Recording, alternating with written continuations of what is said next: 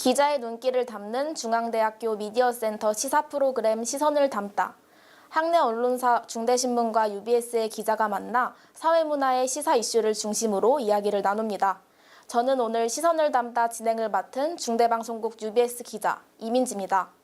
이번 회차의 주제는 바로 생리공결제입니다. 2024년 9월 9일에 발행된 중대신문 제2069호에 실린 보도기획 생리공결제 논쟁 해소하기를 주제로 기자들의 시선을 담아 학우분들께 전하고자 합니다. 생리공결제는 월경 중인 여학생이 이를 사유로 결석할 경우에 한해 일정 횟수 출석을 인정하는 제도입니다. 남용 우려, 월경 사실 입증의 어려움, 월경을 바라보는 시각차 등 다양한 쟁점이 유기적으로 얽혀 있어 그 논쟁이 뜨거운데요. 해당 사안을 취재하고 기사를 작성하신 중대신문 오윤수 기자님 모셔봤습니다. 안녕하세요. 오윤수 중대신문 편집총괄 편집장입니다. 당시 대학보도부장으로서 생리공결제에 대한 취재 기획을 진행했습니다. 지난해 서울예술대학교에서 생리공결의 인정 절차 강화를 공지하면서 생리공결제가 사회적인 이슈로 떠올랐습니다. 서울예대는 소변검사를 실시한 뒤에 월경 사실을 입증할 수 있는 진단서를 제출해야 생리공결을 사용할 수 있도록 규정을 강화했는데요. 그러나 이에 대한 비판과 우려의 목소리가 제기되면서 결국 해당 규정을 철회했습니다. 오윤수 기자님께서는 이 사건이 어떤 의미를 가지고 있다고 생각하시나요? 네, 본격적인 답변을 진행하기 전에 우선 해당 사건에 대한 간략한 정리를 먼저 하고 가는 것이 좋을 것 같습니다. 서울예대 학사운영팀은 작년 8월 6일경에 말씀해 주신 대로 기존 생리공결 제도를 변경했습니다. 병원에서 소변검사를 실시한 이후에 발급된 진단서 내지는 진료 확인서를 제출해야만 출석 인정이 적용되도록 변경한 것인데요. 해당 증빙 서류에는 반드시 소변 검사를 실시했던 사실이 기입되도록 만들었습니다. 이와 같은 제도를 도입하게 된 이유에 대해서 서울예대는 관련 공직을 통해 생리통과 무관하게 결석을 인정받는 수단으로 생리공결제를 누군가 악용하고 있다고 비판을 했는데요. 서울예대는 이후 여러 차례 비판이 가해짐에 따라 8월 21일경으로 해당 발표를 취소했습니다. 하지만 소변검사가 월경과 의학적으로 상관관계가 없다라는 판단을 수용해서 해당 제도를 철회하는 것이라며 생리공결제 부정사용을 막기 위한 방법을 향후 더욱 강구할 것이라고 입장을 고수했습니다. 다시 질문에 대한 답으로 돌아와 보겠습니다. 생리공결제라는 제도 자체를 논쟁의 테이블 위로 올렸다는 점에서 이번 사건이 의미가 있다고 생각했습니다. 과거의 생리공결제가 젠더 문제로 비화되어서 커뮤니티 등지에서 논쟁이 발생해온 주제라고 한다면 대학 기관이 직접 부정 사용을 언급하고 검증 절차를 강화해야 한다고 주장하면서 생리공결제가 보다 보편적인 논쟁거리가 된 것입니다. 해당 사건을 기성 언론들이 잇따라 보도하면서 더욱 이 사안이 사회적으로 비화됐다고 생각합니다. 여기에 서울예대가 소변검사 정책에 대한 대중적인 여론이 좋지 않자 이를 철회한 것도 중요한 지점인데요. 당시에 다수의 기성 언론이 소변검사가 의학적으로 월경 중인지를 확인하는 데 있어 큰 인과관계가 없는 지표라고 설명했습니다. 이런 지적이 누적되자 서울예대가 정책을 철회한 것입니다. 그렇다면 이 서울예대 사건이 국내 대학에서 생리공결제 정책과 관련해서 입장을 철회하거나 입장을 바꾸었던 최초의 사례인가요? 사실 과거에도 서강대 등의 대학이 생리공결제를 운영하다가 철회한 사례는 있었습니다. 하지만 당시에는 별다른 논란이 일지 않았는데요. 하지만 이번에는 서울예대가 관련 공지를 올리자마자 기성 언론들이 앞다퉈 해당 사안을 보도했고 그 보도에 서울예대가 반응해 정책을 철회했죠. 이는 과거와 달리 젠더에 관한 인식 수준이 향상됨에 따라서 생리공결제가 대학 고유의 선택 사안에서 사회적인 사안으로 그 성격이 변경되었음을 단적으로 보여주는 사례라고 생각합니다. 기성 언론의 잇따른 보도가 이슈의 몸집을 더욱 키웠다고 할 수 있겠네요. 언론 보도의 영향력을 다시 한번 생각해 보게 됩니다. 논쟁이 끊이지 않는 생리공결제, 어떤 제도인지 자세히 설명해 주실 수 있나요?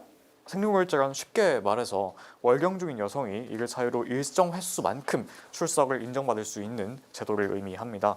2006년에 국가인권위원회, 줄여서 인권위는 당시의 교육인적자원부, 현재로 치면 교육부입니다. 이 교육부에 학생이 월경으로 인해 결석하는 경우 그에 따른 적절한 사회적 배려를 하도록 관련 제도를 보완할 것을 권고했는데요. 당시 인권위는 여성의 건강권 보장과 모성 보호를 근거로 내세워 생리공결제의 도입을 주장했습니다.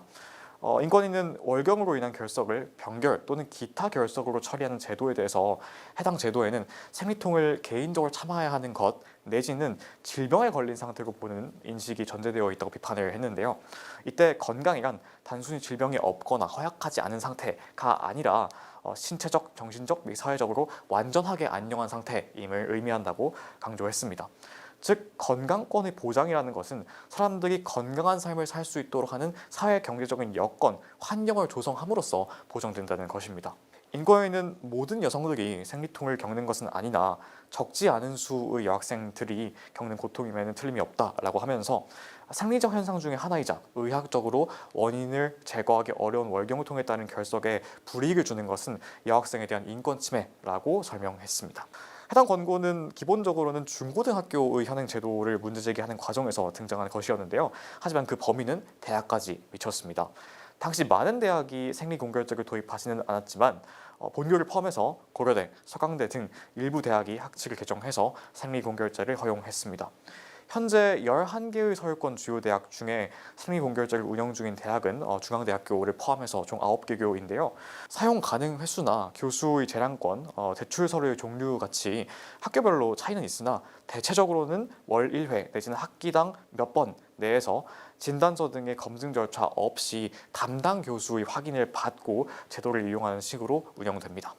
본교에서는 아까 말씀해 주셨던 것처럼 국가인권위원회의 권고가 있었던 2006년부터 생리공결제를 도입했죠. 학사 운영 규정에 의하면 시험 기간을 제외한 매월 1회 신청서 및 담당 교수의 확인을 통해 생리공결제를 이용할 수 있지만 현재는 EID 어플을 통해 별도의 서류 없이 신청이 가능하다고 합니다. 국내 대학 최초로 생리공결제를 도입한 우리 대학, 제도가 잘 시행되고 있나요? 말씀 주신 대로 중앙대는 2006년 2학기부터 생리공결제를 도입해서 지금까지 해당 제도를 운영하고 있습니다. 학사 운영규정 1의 제34조는 출석 인정제라고 해서요. 결석하는 경우에 대해 출석 인정을 받을 수 있는 경우들을 명시하고 있는데요. 여기서 6호는 여학생 생리공결제라는 이름으로 생리공결제를 규정하고 있습니다. 인정기간은 매월 1회이며 신청서의 작성과 담당 교수의 확인을 요건으로 생리공결제의 사용이 승인됩니다. 대신 시험 기간에는 인정하지 않도록 되어 있습니다. 현재는 신청서 대신 EID 어플리케이션을 사용해서 간단하게 신청하는 것이 가능한데요. 이 출석부 탭에 접속해서 출석 인정 신청을 클릭하면 출석 인정을 신청할 수 있습니다. 여기서 신청하기를 누르고 사유에서 여학생 생리공결제를 선택하면 손쉽게 신청이 완료됩니다. 하지만 저희가 취재를 해본 결과 현장에서는 생리공결제가 제도대로 잘 받아들여지지 못하고 있는 경우도 존재했는데요. 학사팀의 방침상 EID를 통해서 신청서를 대신하는 것임에도 불구하고 별도의 첨부서를 요구받았다라고 하는 사례가 있었습니다. 특히 중대신문이 9월 3일부터 5일까지 진행한 설문조사에 따르면 생리공결제 사용 경험이 있다고 답한 여학생 51명 중에 약 39.2%가 생리공결제 이용 시 교수별로 요구하는 서류나 기준이 달라서 혼란을 겪었다라고 답했습니다. 즉 현재 중앙대는 교수의 재량에 따라 생리공결제 인정이 결정되는 상황인데요. 이는 제도의 적용에 있어서 그 형평성이 기능하지 못하는 것이므로 생리공결제의 논점과는 또 무관하게 통일된 기준을 학교가 지시를 하고 이에 대해서 교수님들께서 협조해 주셔야 하는 사안으로 생각이 됩니다. 더 나아가서 생리공결제에 대한 본교 구성원들의 의견도 궁금한데요. 본교 학우들의 인식은 어떠한가요? 앞서 말씀드렸다시피 중대신문은 9월 3일부터 5일까지 구글 폼을 통해서 중앙대 생리공결제 인식조사를 시행했는데요.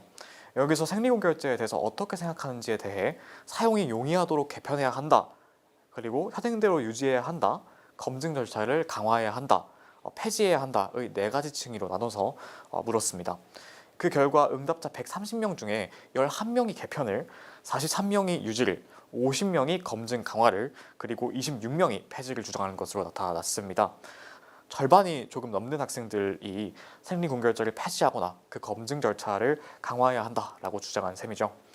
저희가 인터뷰를 한 학생은 생리공결제는 제도의 남용 여부를 판단하는 것이 현실적으로 어려운 점을 안다 하면서도 남용 사례가 다수 존재한다면 학교 측이 이를 입증하기 위해서 서류 등을 요구할 수 있다라는 의견을 남겼습니다.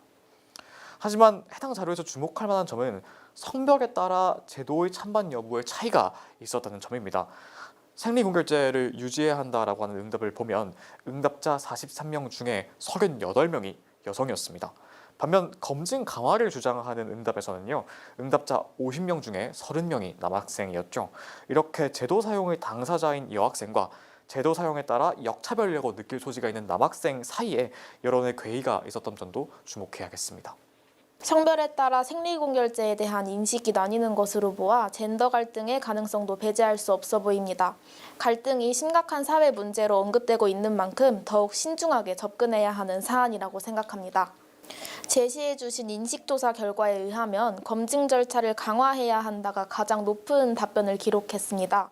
앞서 언급된 서울예대 사건에서 알 수 있는 것처럼 월경은 의학적 검증이 어렵다는 특징이 있음에도 불구하고 검증 강화에 대한 요구가 다수 존재하는 건데요.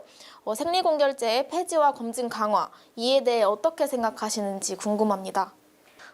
이 검증 강화에 대한 의견이 계속해서 등장하는 것은 일부 남용 사례에 대한 우려가 실존하기 때문일 것이라고 생각합니다. 하지만 말씀드렸던 것처럼 현실적으로 현재의 의학 기술로는 월경 상태를 입증할 수 있는 어떤 객관적인 방법이 부재한 상황입니다.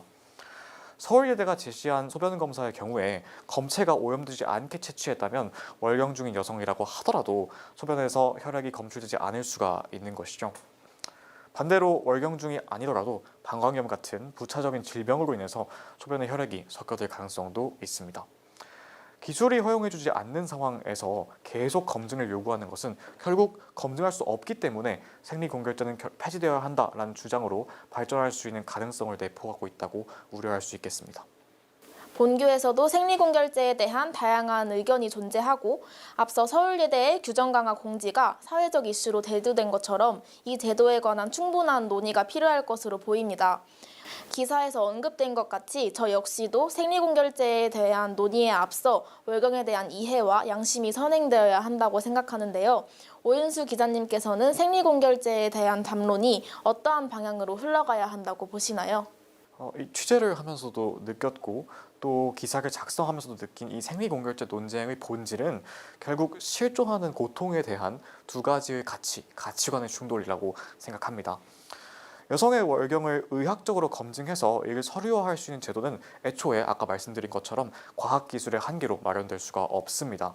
즉 실존하는 고통은 존재하고 또 그를 검증하는 수단은 미비한 상황에서 그 고통에 대한 이해와 배려를 우선시하는 사회가 과연 정의로운 사회인가, 혹은 검증 불가능성에 비춰 봤을 때 그 공정성과 엄격성을 우선시하는 사회가 또 정의로운 사회인가에 대한 논쟁이라고 요약해 볼 수 있는 것이죠.